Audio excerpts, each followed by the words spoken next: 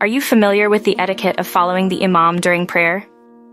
Let's explore the guidance from the Prophet Muhammad, peace be upon him, on this important aspect of congregational prayer. Anas bin Malik reported, "The Apostle of Allah fell down from a horse and his right side was grazed. We went to him to inquire after his health when the time of prayer came. He led us in prayer in a sitting posture, and we said prayer behind him sitting. And when he finished the prayer, he said, 'The Imam is appointed only to be followed, so when he recites takbir, you should also recite that. When he prostrates, you should also prostrate. When he rises up, you should also rise up. And when he said, God listens to him who praises him, you should say, Our Lord, to thee be the praise. And when he prays sitting, all of you should pray sitting.'"